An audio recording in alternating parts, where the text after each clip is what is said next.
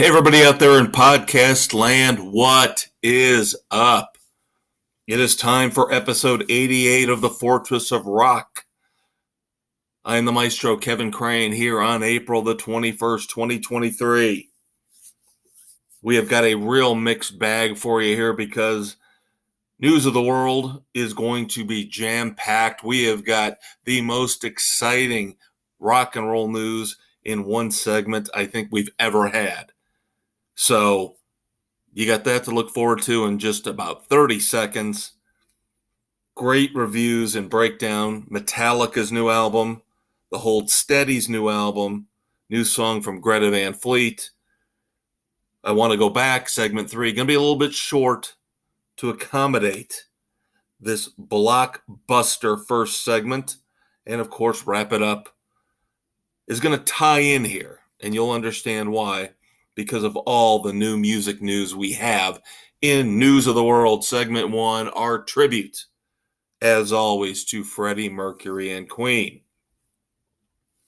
Where to start? My goodness. Of course, let's try to prioritize here. Foo Fighters are finally officially back. Of course, they've been dealing with the tragic death of Taylor Hawkins now for a little over a year. But I've always said Dave Grohl, one of the hardest working guys in rock and roll. He seems like he's got that itch. He can't be idle for too long. And of course, I was proved right yet again. Foo Fighters' new album titled But Here We Are will be out June the 2nd. We have the first single out, Rescued. Of course, that will be reviewed next week, right here on the Fortress of Rock. Oh, but wait. If Dave Grohl is the hardest working man in rock and roll, then I think John Mellencamp might be the second hardest working. Even though he's developed this grumpy old man persona, it has been barely a year and a half since he put out One-Eyed Jack, Strictly a One-Eyed Jack, which came out very early in 2022, as you remember. Well, now a new album. John Mellencamp is putting out Orpheus Descending, June the 25th. First single from that is out as well. It is called Hey God, and it is a song about gun violence. Now, I have not even had a chance to listen to it yet, so I can't even give you a preview. I have listened to the Foo Fighters Rescued once, going back to that initial story here on News of the World. I have to listen to it a few more times. I have to admit, the first listen did not overwhelm me, did not overly impress me. Oh boy, Motley Crue. Not a new album yet, but reports are they are working on songs with producer Bob Rock. And of course, new guitarist John Five. We're not going to talk about the lawsuits and the countersuits and all that stuff with Mick Mars, but we might see some new Motley Crue. We might see a new Crue album, maybe late 2023 or early 2024. Soundgarden. They've worked out all the legal differences they had with the estate of Chris Cornell. At some point here, we are going to get the final 7 songs that Soundgarden with Chris Cornell put together. I don't know for sure what type of quality, what type of shape these songs are going to be in, if they're going to be just rough demos, if they're going to be nearly finished, nearly polished songs. But again, wow, Just so much good stuff to talk about with new music. It's unbelievable. Once again, recapping. New Foo Fighters announced. New John Mellencamp announced. New Motley Crue potentially on the horizon. All right, so let's take a break from new music and cover the few headlines we've got before we get into a ton of tour news. Huge tour news. I mean, massive tour news. It's great. I can't tell you how excited I am. Eddie Van Halen's Hot for Teacher guitar. Not the one he played in the studio when the album was recorded, 1984, of course, being said album. But the one that he played in the video, the classic video for Hot for Teacher. That guitar became one of the top-selling guitars at auction of all time. Sold for over $3.9 million.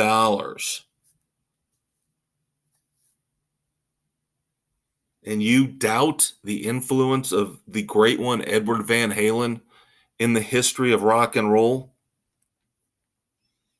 Now, from what I've seen, the top two guitars sold at auction of all time both involve Kurt Cobain of Nirvana. So, I mean, I understand why Kurt Cobain's guitars would go for extremely high amounts of money. Still, Eddie Van Halen should be number one. Maybe not the Hot for Teacher guitar, but we'll see. But again, EVH puts himself posthumously into the top 5 with the Hot for Teacher video guitar. Again, $3.93 million.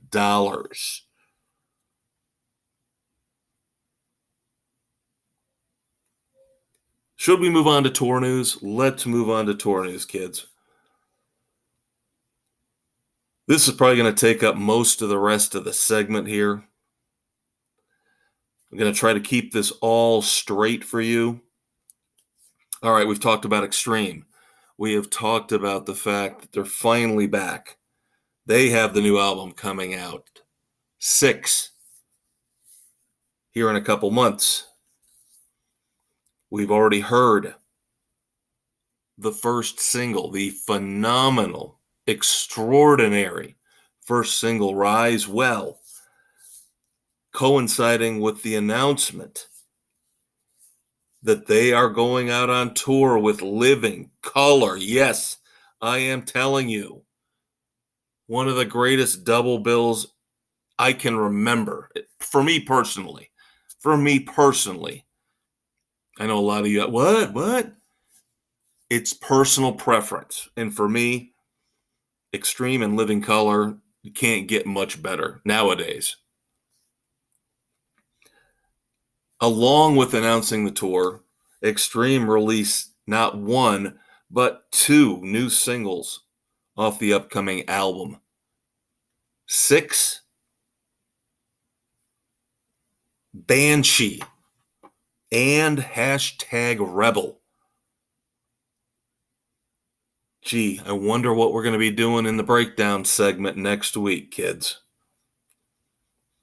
Now, the tour with Living Colour, by the way, another reason I am so excited, the Maestro is going. The Maestro has already secured his ducats for one of the shows on the Extreme and Living Colour tour. The tour running from August through September. This is a world tour because in August, they're cramming in pretty much all the U.S. states. Now they have some miscellaneous stuff earlier than that. I believe there's a rock cruise they're on. maybe a festival at some point, but legitimate tour starts in August. That will be all U.S. dates. September will be all dates in Australia and Japan. This will be fun. This is another band off my bucket list. I have never had the pleasure of seeing Extreme live. And then you pair that with one of my favorite bands of all time, Living Colour. This will be my third time seeing Living Colour. Vernon Reid, Corey Glover, and the boys. Cannot wait. If you care, Sting's announced 9 more stops on his 2023 tour. Okay. You can wake up now. Wake up. Sorry. Didn't mean to put you to sleep there for 10 seconds.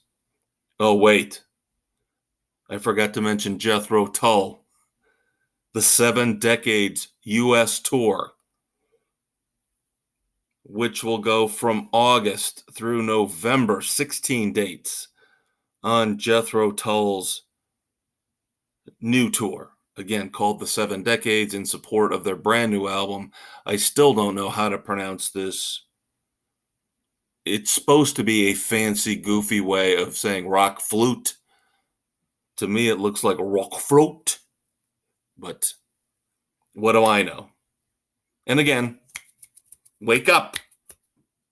Sorry, Sting, Jethro Tull, I know. Puts a lot of people to sleep.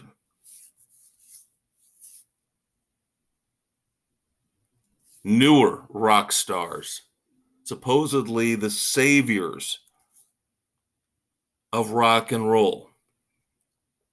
I saw them in concert last year. And no, I'm not talking about Rival Sons, the opening act. Of course, they've got new stuff coming out here soon, too. I am talking about the headliner of that show, Greta Van Fleet. I was not overly impressed. As you guys know, if you listen to that particular episode, if you haven't, go back, dig it up. It's about a year old, maybe a little bit more than a year old, right around this time in 2022. This is not the same band to me that really captivated us and thought, there's your new hope for rock and roll, with the EP From the Fires. In concert, when we saw them, they were okay. I wouldn't say it was a bad show, but it was definitely not a great show. So now we discussed the new album Starcatcher. We talked about that last week. Now, of course, the inevitable world tour, the Starcatcher World Tour, has been announced with over 30 dates running from July through December of 2023. I just don't know who this band is anymore, but I will stop talking about Greta Van Fleet for now, because we'll have more time in breakdown when I discuss the first single off of Starcatcher, the song Meeting the Master. So stay tuned for that. Oh, I feel like I have just been rambling through all this stuff. Maybe I didn't give some of this stuff enough time, enough detail. But wow, again, the excitement has just been overwhelming here. I don't know how you feel about these, like, hologram shows, you know what I mean? We've got ABBA has got a big one. Of course, we've heard about other artists who have had these hologram shows. Paul McCartney, I believe at one point here recently on tour, plays along, not a hologram, but plays along with video of John Lennon. Well, Carl Palmer of Emerson, Lake and Palmer has been doing this over the last year or two with Emerson, Lake and Palmer, of course, ELP. Problem is, Greg Lake, Emerson, both gone. They both have left this mortal coil. So Carl Palmer is the one surviving member of the trio. He has this whole video tour / tribute set up. He's going out in July of 2023 on 9 dates. I would be interested to talk to someone who goes to see this, just to find out if it's really worth it. I'm not a big fan of tribute bands. I don't know. This seems a little sketchy to me. Is it better than having two people try to fill in for Emerson and Lake? Yeah, but not by much, and neither one is an appealing option.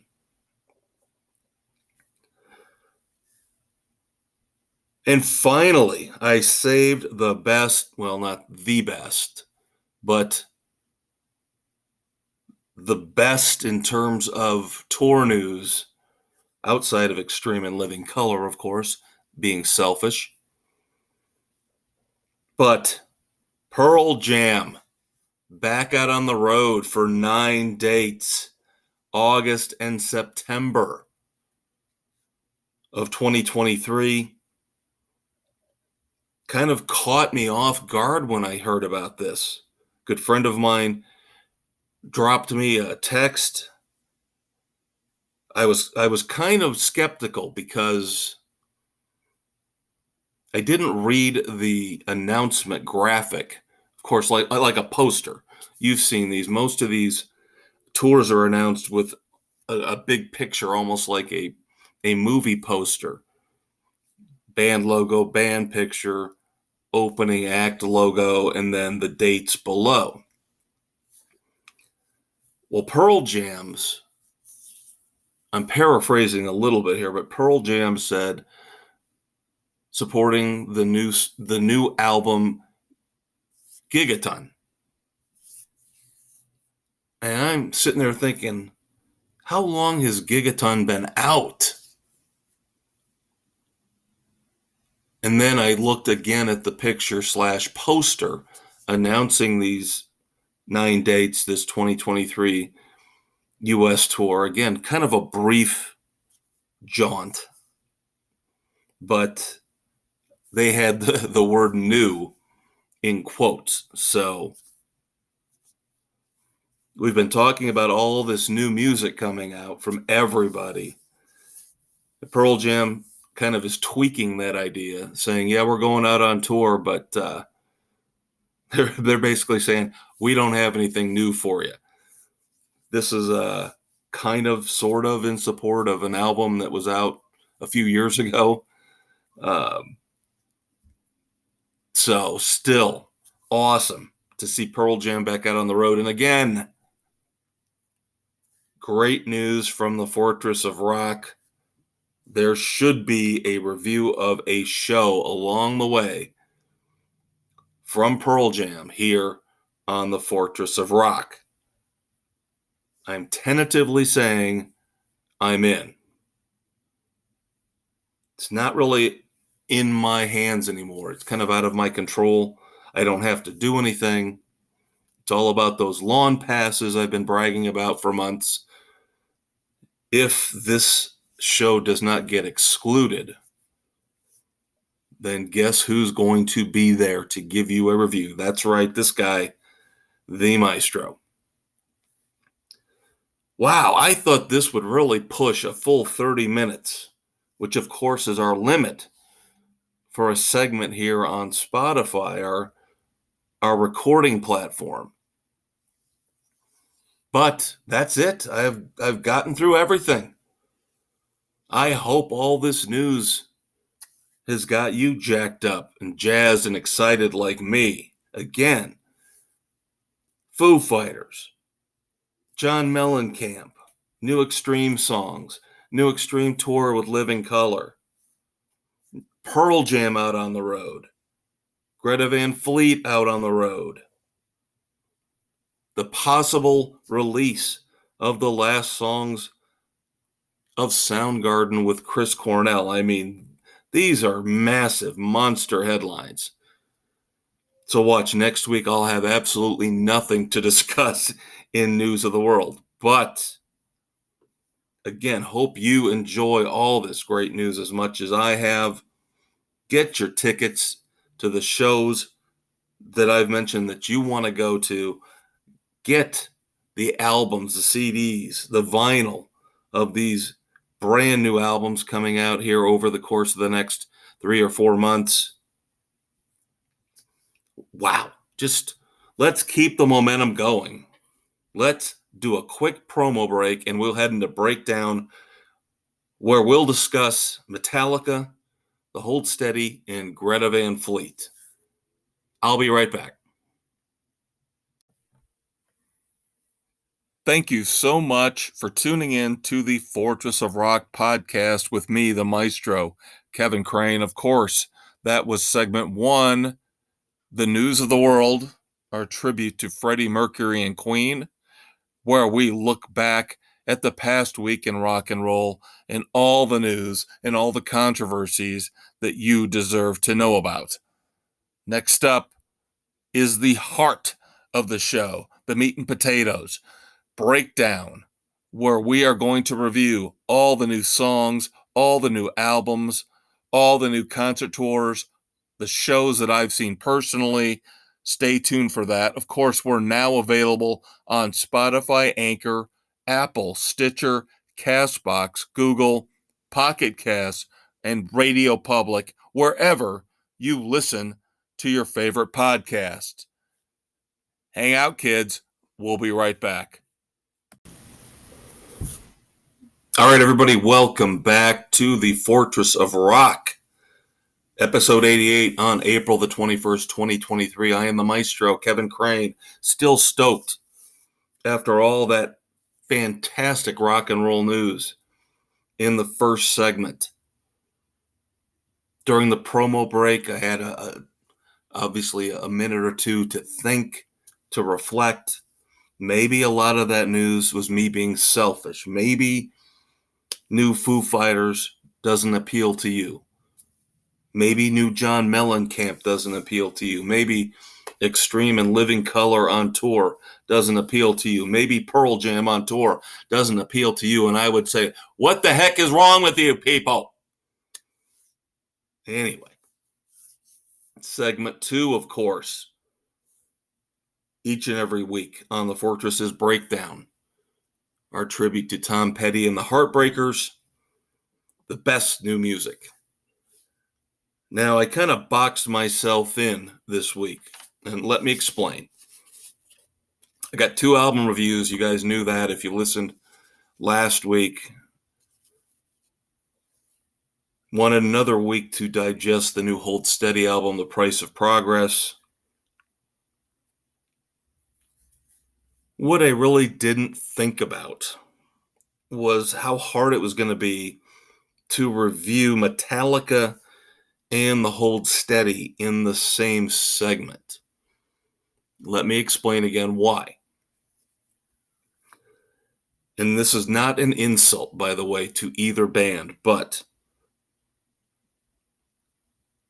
it is very, very difficult to break down song by song these 2 bands. Probably more so than most other bands. So what I'm going to do is I'm going to take a break from our usual track-by-track reviews. I will mention, of course, what songs are on the albums, but I'm not necessarily going to tell you Song 1 was good, Song 2 was bad, Song 3 was bad, Song 4 was good. Not doing that. Going to give you the overall impression. I have listened to both of these albums enough. I have listened to, I'm not saying that in a bad way. I'm just saying I've listened to them enough where I do have an impression. It's just so difficult because these bands sound not similar. Obviously, Metallica and the Hold Steady don't sound similar, but I have talked about the Hold Steady and how I've been waiting for them to kind of break out of their mold musically because all their songs kind of sound the same. And I know I will probably upset some Metallica fans out there, but guess what? Over their last few albums, they're starting to do the same. They're sounding very similar, song by song, track by track. That is not a bad thing necessarily. So do not get too upset with the Maestro. I wanted to give you that little caveat, that little warning before we get into our first review, Metallica's brand new album, 72 Seasons, 12 songs, concept album, if you will, about how the first 18 years of life, do the math, 18 times 4, 72. I have to admit, again, I've listened to this album a lot. I really haven't been able to digest the lyrics to the point where I can find a connection necessarily, a big, huge thematic connection. You catch little bits and pieces here and there talking about the things that affect adolescence, but I don't know if it's necessarily anything really different lyrically from what we would normally expect from Metallica. You can look at a title like Sleepwalk My Life Away. Yeah, that kind of sounds like a lot of us in our teenage years. Screaming Suicide. Obviously, teenage suicide, a major issue in this country. But beyond that, I can't really put my finger on that line that I'm supposed to follow that gets me from point A to point B through track 1 all the way to track 12. Now, of course, the 4 singles I have already discussed here on the Fortress have gotten progressively better. We started off with Lux Eterna, track 6 here on the album. Shortest song. Yes, a lot of these songs are long, for better, for worse. And then second single out was Screaming Suicide. Third single, which is the one that really got me excited, was If Darkness Had a Sun. And then, of course, just a few weeks ago, they released the title track, which is the lead-off track, first song on 72 Seasons. Now, of course, a few weeks back, we talked about this. This is a long song, over 7 minutes, but it is spectacular. The second song, Shadows Follow, is almost as good. The guitar hooks throughout the entire 72 Seasons album are maybe the best, in my opinion, I might have ever heard from Metallica and Kirk Hammett. The thing is, sometimes the songs are a little hit and miss overall, especially in the last third of the album. I kind of found my attention waning every time I listen to the album. Chasing Light, track 8, Too Far Gone, track 10, Room of Mirrors, track 11, never really left any kind of an impression on me. Maybe it's just too much Metallica. I know, again, rock and roll heresy to say that. But as I look at my notes, I get all the way through track 7, Crown of Barbed Wire, which is great. And up to that point, 72 Seasons was really, really good. I mean, we're talking album of the year contender good. And then after that, you've got 5 songs left. And the only ones that really made an impression on me were, of course, track 9, If Darkness Had a Sun, which again we reviewed in the past, and the closing track, Inamorata. But again, very long song. This album will test your patience as it tries to max out the length of a CD. I know that's kind of an archaic measuring stick now, but Metallica tried to do their best to use up every possible second of the length of a CD. Again, we've talked about this in the past. Here recently, we've talked about how some of these albums are trying to justify giving you all these songs by saying, well, we're trying to give you more value for your money if you buy CDs or vinyl.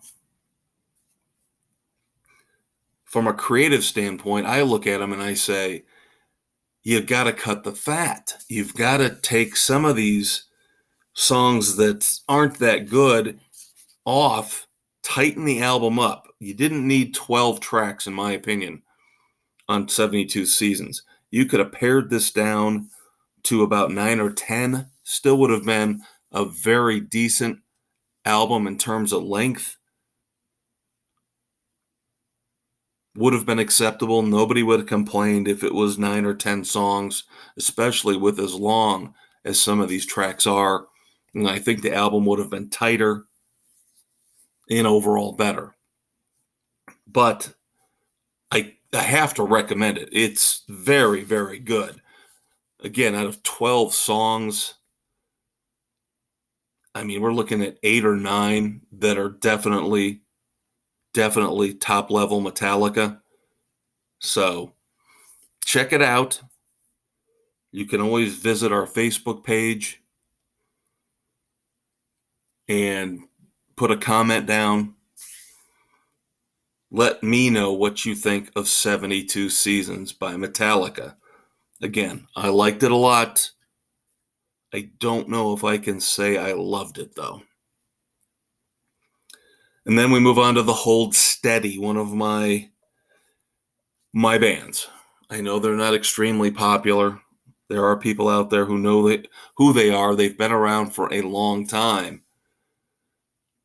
But the Hold Steady are what I like to call, and you've heard me use this term in the past on the Fortress, they are an acquired taste. And you have to, if you listen to them, within 5 minutes, you'll know if you're going to like them or you're not. I've talked about the lyrics. Their leader, Craig Finn, his lyrics are so detailed. Lyrically speaking, one of the best songwriters on the planet. Now, the music never quite rises to the level of the lyrics, but that's asking a lot. I don't know who could form music around these lyrics without detracting from the lyrics. The lyrics wouldn't fit if you put, let's say, Craig Finn in front of Soundgarden or Motley Crue. And I know that sounds like a ridiculous comparison, but Craig Finn has got a lot of solo albums out. He is better with the Hold Steady. The Hold Steady does bring out the best in him, and they do add a little extra punch to his songs.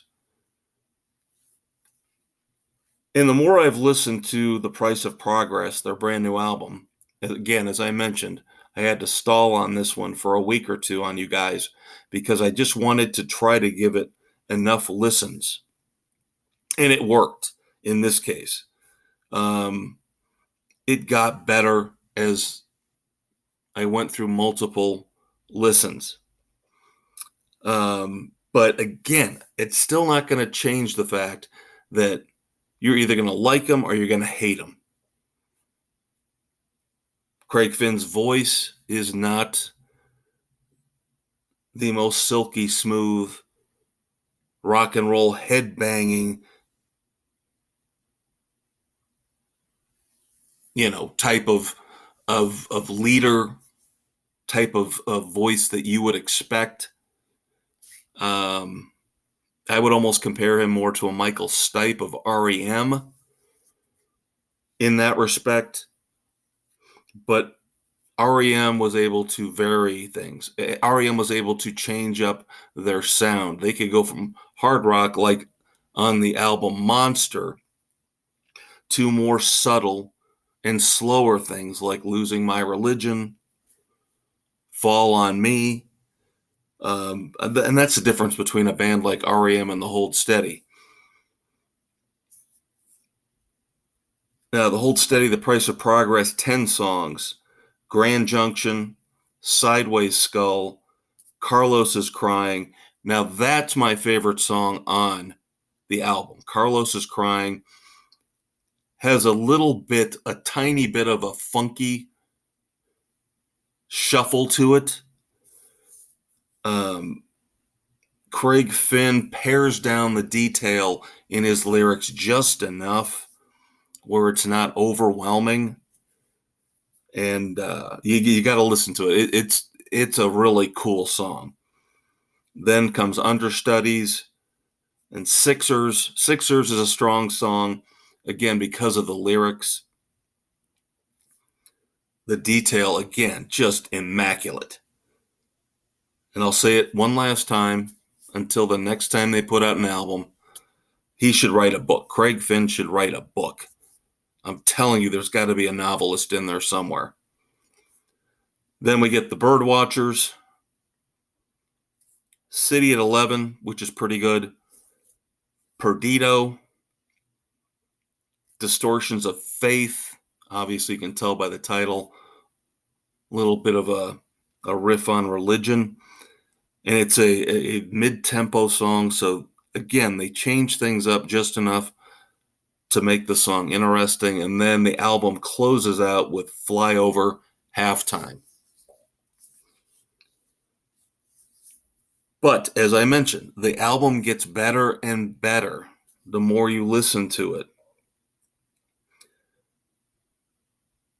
But is it musically varied enough to bring in new fans? Probably not. Probably not. Now, if you listen to this, if you listen to a couple of the tracks off The Price of Progress and you like it, then you are going to go back and you're going to listen to the entire catalog, because that's the one flaw with the Hold Steady, for better or for worse, is that they really don't vary musically their sound. And that's what I was trying to get at in a very clunky way a couple minutes ago, is as interesting as Craig Finn's lyrics are, they're the one part of the band that the spotlight is on. It's obvious. His songwriting in terms of lyrics is the Hold Steady. The band does nothing flashy. And that's why I was talking about Motley Crue. And there's no guitar solos per se, maybe one or two that pop up that are fine, that are okay. But the band behind Craig Finn really is secondary. You should really call this Craig Finn and the Hold Steady. But to me, that's almost an insult to bands like Tom Petty and the Heartbreakers, because we all know the Heartbreakers were phenomenal musicians, and they brought a lot to the mix when it came to all those classic albums. It wasn't just Tom Petty. It was Tom Petty and the Heartbreakers, and we understood that Mike Campbell and Benmont Tench and Howie Epstein and Stan Lynch, they all contributed. In the case of the Hold Steady, I can't say the same about the rest of the members. Musically, they just don't vary the sound enough. They're not flashy. They're competent. So again, I like The Price of Progress. I tend to like the Hold Steady, but it is one of those bands that is an acquired taste. It's more personal taste for me. So I would recommend you check it out, but do not blame me. Do not post nasty, evil things on the Facebook page if you listen to the Hold Steady and don't like them, because I've warned you. Finally, the one song review you got this week is the brand new single from Greta Van Fleet off the upcoming album Starcatcher. The first single is Meeting the Master. And I alluded to this in the first segment when we discussed the announcement of the Starcatcher World Tour. This is not the same band that we loved. Safari Song, of course, the EP From the Fires. They have really, I don't want to say gone off the rails, but this is just a band that is quickly, in my opinion, devolved. From a cool young bunch of guys putting together a neo Led Zeppelin sound, now they're going almost prog rock, glam rock combo. If you've seen some of the pictures of the band and how they look now, and they're wearing gold mesh tops and just a bizarre look. And Meeting the Master, the minute I listened to this the first time, the thing that popped into my head within a minute was, this sounds like Yes. This sounds like old 70s Yes. Sounds like John Anderson wailing away about some ephemeral, bizarre, borderline religious sci-fi theme. The problem with Greta Van Fleet in this song is that we're not getting that punch. We're not getting the big hooks that we got from their earlier work. They seem to have fallen into a trap. They seem to have gotten bogged down in trying to develop a different image from what they should be, which is, again, that young band that we saw now going on, 8, 9, 10 years ago in the video for, again, Safari Song. That one just sticks out to me because it was so catchy and it was awesome. It was rocking. And now we're getting this slow, plodding, majestic, soaring prog rock stuff like Meeting the Master. Sorry, it's not my cup of tea. I am getting very close to ending my relationship with Greta Van Fleet because they really haven't put out a lot. If you look at their first two official quote-unquote albums that I have liked, and you can almost see as they've regressed. I don't know if they're getting bad advice, if this is what their music muses are telling them to do. Jeez, maybe you should get some different muses. I don't know. Call up Jason Muse. I don't know. I know it's a terrible joke. You Kevin Smith fans out there get it, but I'm just really disappointed in this. I do not recommend the first single from Greta Van Fleet's Starcatcher, Stay Away from Meeting the Master. All right, breakdown is done. Momentum still going strong here. Doc Brown and I are going to jump in the rock and roll DeLorean for a brief jaunt into the timeline, the time stream for I Want to Go Back. Hang out, one more promo break for you. We'll be right back.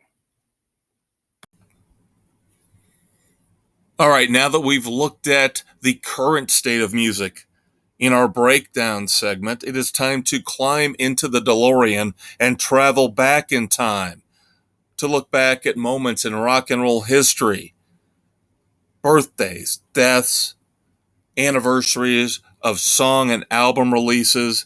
It is time for I Want to Go Back, our tribute to Eddie Money. Stay tuned. And as always, we're on Spotify, Anchor, Apple, Stitcher, Castbox, Google, Pocket Cast, and Radio Public, anywhere where you listen to your favorite podcasts.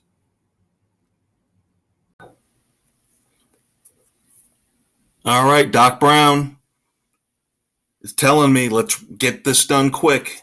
He's got a hot date tonight. So it's going to be a very brief segment here of I Want to Go Back, segment 3 of the Fortress of Rock here on April the 21st, 2023. I Want to Go Back, of course, our tribute to the late, great Eddie Money. But Doc Brown is going to have to bear with me for a minute or two here because we have to take care of business. As you guys know, we are all over the place. You found us somewhere on some podcast platform. But if that is not the platform that you like, if that is not where you normally stream your podcasts, you have options.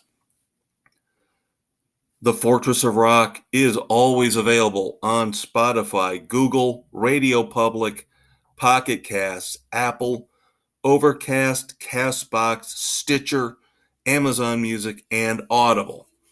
And of course, I've mentioned it a couple times during this particular episode.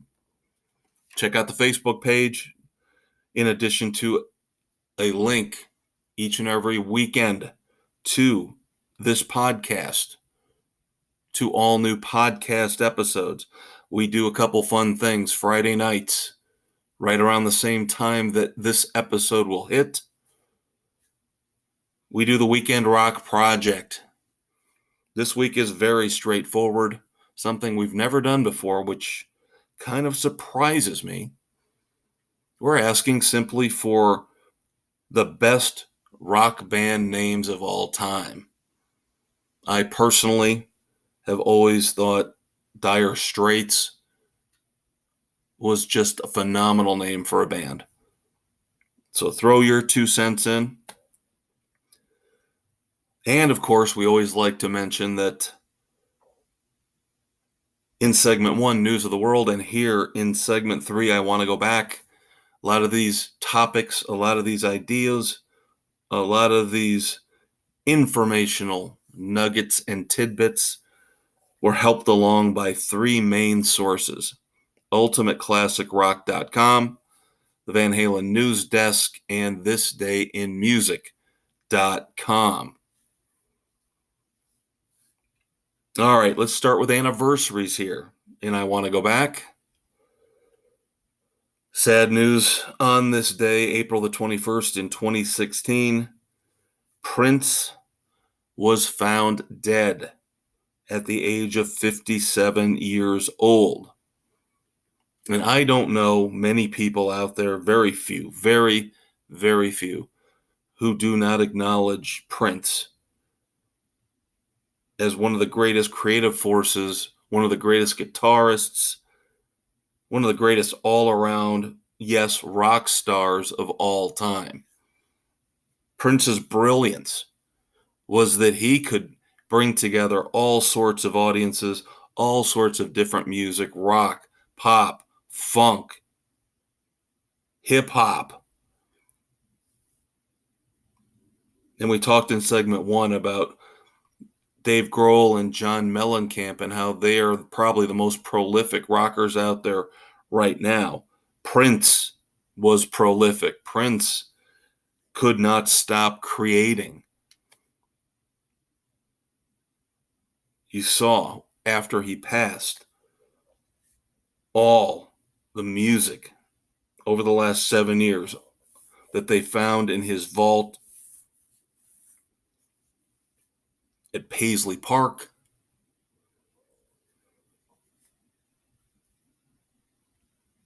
The great Prince, found dead on this day in 2016. Now, ironically, not trying to be ghoulish, but ironically, on this day in 1990, a song that Prince wrote was number 1 in the United States, but it was not performed by Prince. Yes, this is Nothing Compares to You. Sinead O'Connor had the number 1 song in the United States on this day back in 1990 with the Prince penned Nothing Compares to You. And we talked in segment 1 about the final recordings that Soundgarden did with Chris Cornell. Chris Cornell has got a very cool version of Nothing Compares to You. So if you get some time, look that up, listen to that.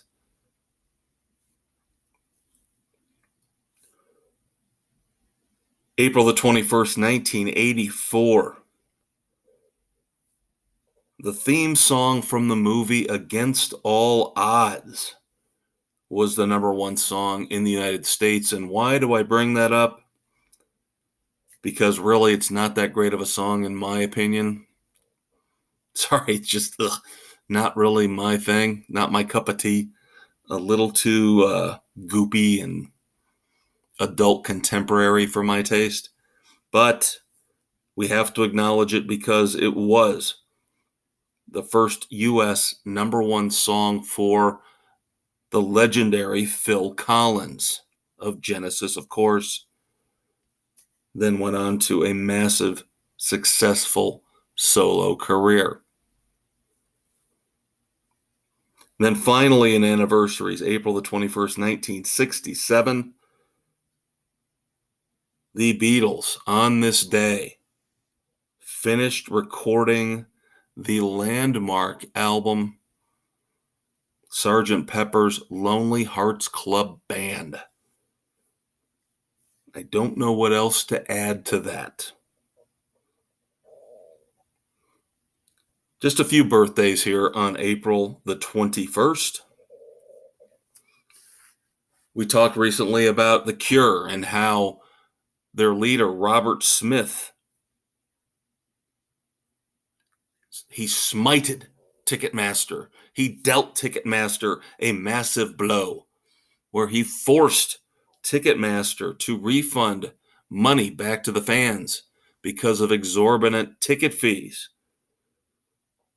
So even though I'm not a big fan of The Cure in terms of their music, I am a fan of Robert Smith and what he did to help bring down Ticketmaster, even though it wasn't probably a major obstacle.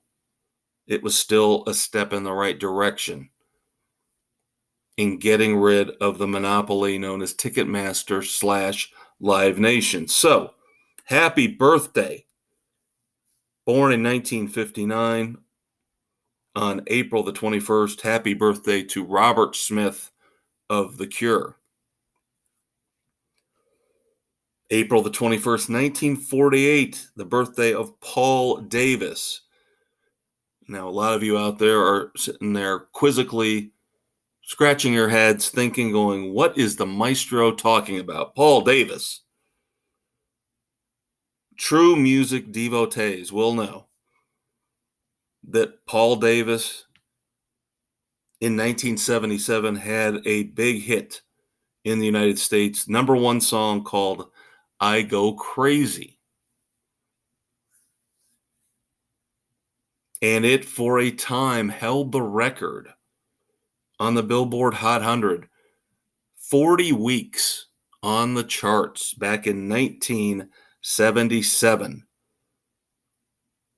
The song itself, I Go Crazy, it wasn't awful. It wasn't great.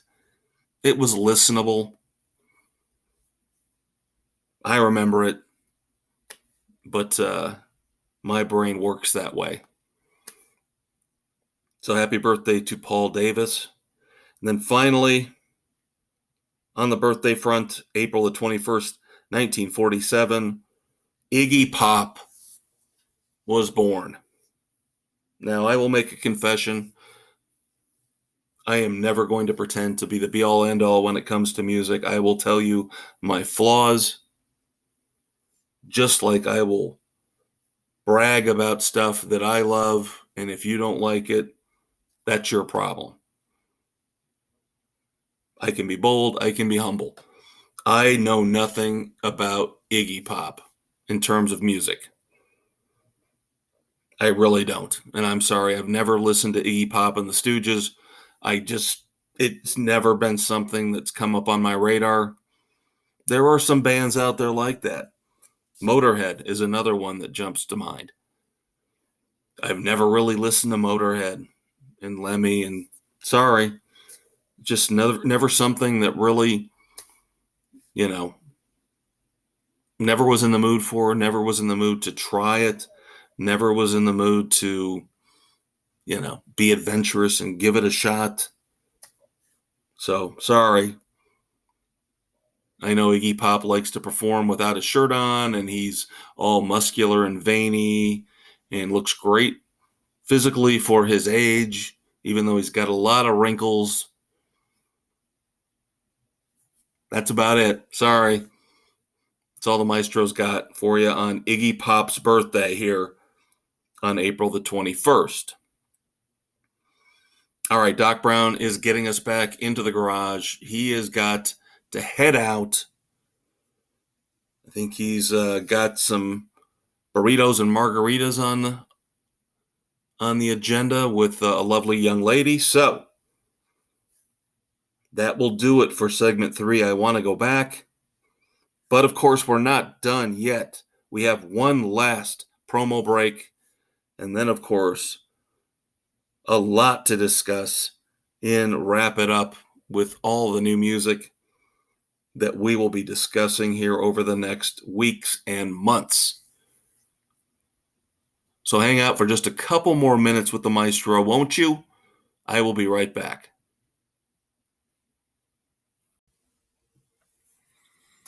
Well, we hope you enjoyed our trip back in time, looking back at the anniversaries, the classic moments in rock and roll history. But of course, the DeLorean works both ways. So now we have to move forward. The last segment here, as always, on the Fortress of Rock with me, the Maestro Kevin Crane. Spotify, Anchor, Apple, Stitcher, Castbox, Google, Pocket Casts, Radio Public, wherever you listen to your favorite podcasts. It's all about the future. What's coming out here in the next month or two? What songs? What albums? What concert tours? That's why we call it Wrap It Up. Thanks to the fabulous Thunderbirds. Thanks to you for hanging out. Here comes our final segment. Welcome back to the Fortress of Rock, our tribute to the fabulous Thunderbirds. Wrap It Up, the fourth and final segment. Each and every Friday night on the Fortress of Rock, I'm the Maestro, Kevin Crane, episode 88, April the 21st, 2023. The new music we will be reviewing over the next month or two. An impressive slate. You guys heard a lot of it in segment 1. So we have got a lot to get through. This is usually the time of year.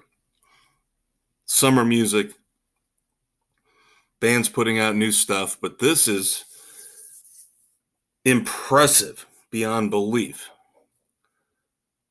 Let's start off with albums coming up. Next week, our featured album review will be the new album from L.A. Guns, Black Diamonds. And of course, the next couple albums on the horizon, we're looking at mid-May for reviews of the new Winger album, 7, and of course, the Smashing Pumpkins' massive project, Autumn. That one I might need some time with, considering it's looking like an extremely long 3 CD album is what I'm hearing. So, might need a little bit more time than usual to digest that one. Winger, guarantee we will have that for you. If it comes out on May the 5th, we'll have the review for you on May the 12th.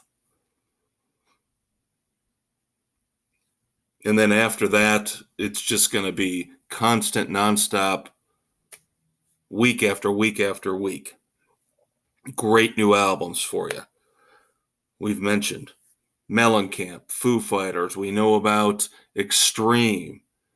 We know about Mammoth in August, Mammoth WVH. Rival Sons. I mean, it's going to be a great summer for rock and roll. I really think the whole post-COVID situation is finally opening up. In terms of songs, still want to get into this 4th single from Peter Gabriel's new album. The title track, I.O. I have to admit, I've been very, I don't know if I want to say impressed, but intrigued by these songs. I've never been the biggest Peter Gabriel fan in the world, but there's some appeal there. I like with these initial singles, the different textures, the different feels, the different ways he is going with all of these songs. A lot of variety, a very varied sound on these initial tracks from I.O. We didn't even mention the fact that the Dave Matthews Band, yes, another one of those big album releases coming up, the second single from the new Dave Matthews Band album is Monsters. And we will review that in the coming weeks on the Fortress of Rock. Now we get into the stuff that we were all giddy about, all crazy about in the first segment. The 2 new Extreme singles to accompany the announcement of their tour with Living Colour. Where's new Living Colour? Give me some new Living Colour. That would have been the cherry on top of the icing on top of the cake. 2 new songs from Extreme, Banshee and #Rebel. These songs will be on the slate next week for review in the breakdown segment here on the Fortress of Rock. Guaranteed. I will also guarantee that we will review the new Foo Fighters song off the upcoming album, but here we are. First single off the album is Rescued. We'll have a review of that for you next week. This one I will probably skip next week. It'll be the week after. But the new John Mellencamp single, Hey God, off his brand new album, Orpheus Descending.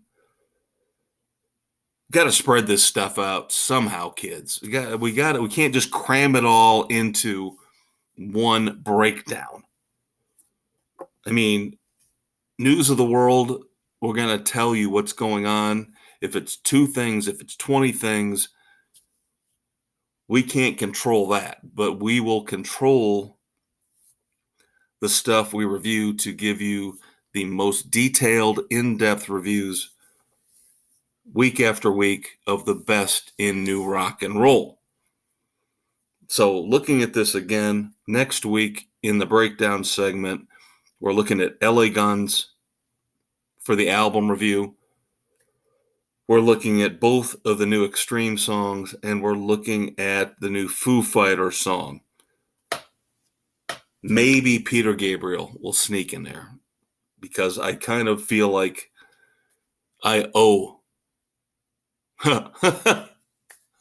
no pun intended, I owe that much to Peter Gabriel for holding off on the review for as long as I have. I did not intend that. I did not write that down. That just kind of came out of my stupid, silly rock and roll mind. So I'm going to wrap it up here. And again, didn't get to mention it enough in this particular episode. Mentioned it a lot last week in episode 87. We are on a little bit later than normal from now on Friday nights. Usually the new episodes hit about 7 p.m. Eastern Standard Time every Friday night. Now we're backing up a couple hours, so you can expect your new episode of the Fortress of Rock each and every Friday night about 9 p.m.